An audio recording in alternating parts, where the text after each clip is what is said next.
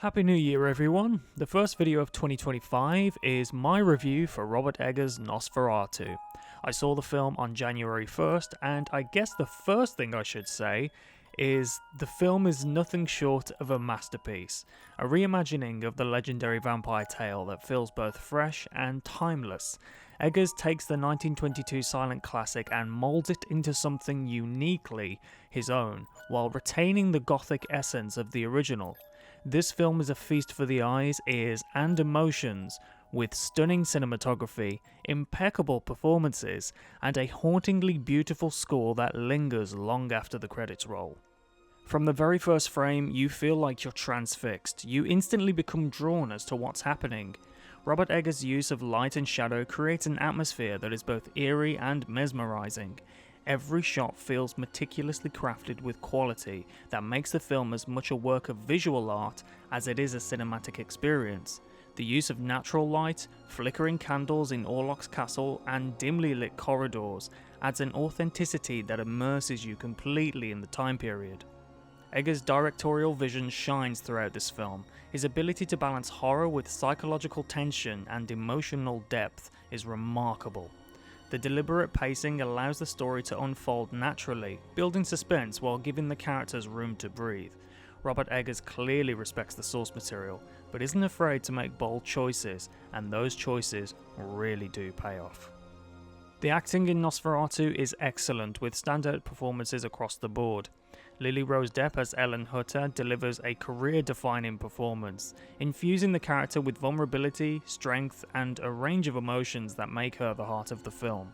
Her portrayal feels raw and authentic, and the physical and emotional demands of the role are met with grace and power.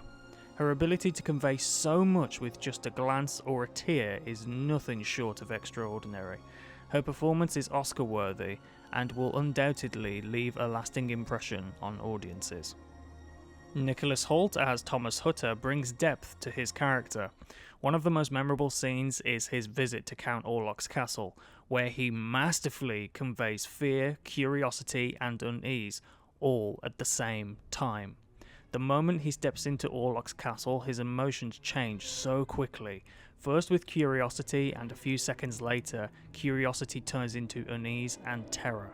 Hoult's performance anchors the film, providing a relatable lens through which the audience experiences the terror of Orlok's world. Now, regarding the supporting cast of Nosferatu, I thought that they all played their parts really well. Aaron Taylor-Johnson and Emma Corrin as Fredrich and Anna Harding played their roles superbly. Aaron Taylor-Johnson has one emotional scene in particular, and he really gives it his all. Now, this next segment I'm about to mention could be considered as a spoiler, so I'm going to give you a fair warning here. Emma Corrin as Anna has a brief encounter with Orlok, and it is both shocking and terrifying. When the scene was over, I was absolutely jaw-dropped. If you've seen the film, you'll know what I'm talking about. Willem Dafoe as Professor Alban von Franz, I think, is one of those characters that just steals the scene he's in. His character doesn't actually appear until an hour into the film, but when he's on screen, he really shines and he just devours the scene that he's in. I loved his monologue when he mentions Isaac Newton, and I just love the way he pronounces the word vampire. Really nice touch. I even think that Ralph Ineson as Dr. Wilhelm Sievers was fantastic with the screen time that he was given. But probably the most standout of all of the supporting cast members for me was Simon McBurney as Knock. Simon McBurney's portrayal of Knock is one of the film's most unsettling elements, I thought. He captures the madness and depravity of the character with chilling precision. The infamous pigeon scene teased in the trailer is far more graphic and disturbing in the film, showcasing McBurney's commitment to the role and Robert Eggers' willingness to push the boundaries. He has another standout scene which features a great moment of camera work. And of course we have Bill Skarsgård as Count Orlok. Bill Skarsgård's performance as Count Orlok in this film is a revelation. Skarsgård brings a commanding presence to the role. I love that Robert Eggers decided to keep Orlok in dark lighting during the castle scenes with Hutter. Now again, for those who haven't seen the film, this might be a spoiler, so another fair warning right here.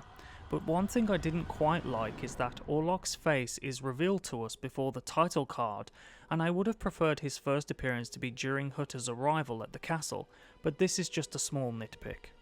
Also, I must mention Orlok's booming voice. Skarsgård's vocal performance is particularly noteworthy. To infuse Orlok with an otherworldly presence, he collaborated with an opera coach to deepen his voice, aiming for a resonance that would command attention and instill unease. This deliberate vocal modulation ensures that Orlok's speech is both captivating and intimidating, enhancing the character's enigmatic aura. With every sentence he speaks, there's a wheezing breath behind it. As Bill Skarsgård said, it almost hurts him to speak. Another detail which I picked up on rather quickly was Orlok's footsteps. Every step he takes feels heavy. Like his voice, his footsteps give off a commanding presence. The authenticity of Orlok's costume further enriches the character.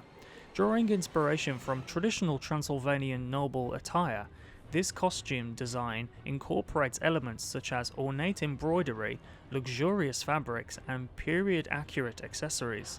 This meticulous attention to detail not only grounds Orlok in his historical context, but also contrasts starkly with his vampiric nature, amplifying the unsettling duality of his character. And the choice that Robert Eggers made to give Count Orlok a moustache I think is genius. It makes total sense as Count Orlok is after all a dead Transylvanian nobleman, and when you see illustrations of Transylvanian noblemen from history, you will see the similarities. However, I have heard quite a lot of people who don't like the moustache, and I can't understand why.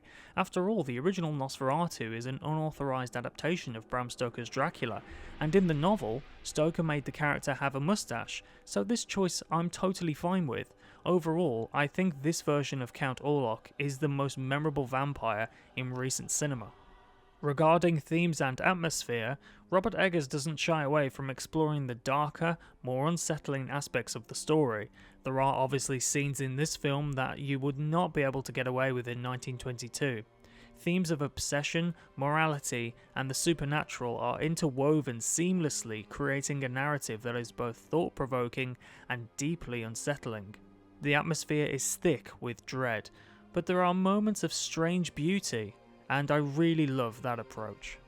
In conclusion, Robert Eggers' Nosferatu is a triumph of gothic horror, a film that pays homage to its origins while forging its own path.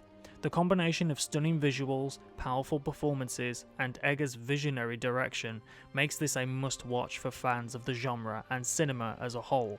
For me, this is not just a great horror film, it's one of the best films I've seen in recent years. If you're a fan of Robert Eggers' work, classic horror, or just exceptional filmmaking, Nosferatu is an experience you won't want to miss.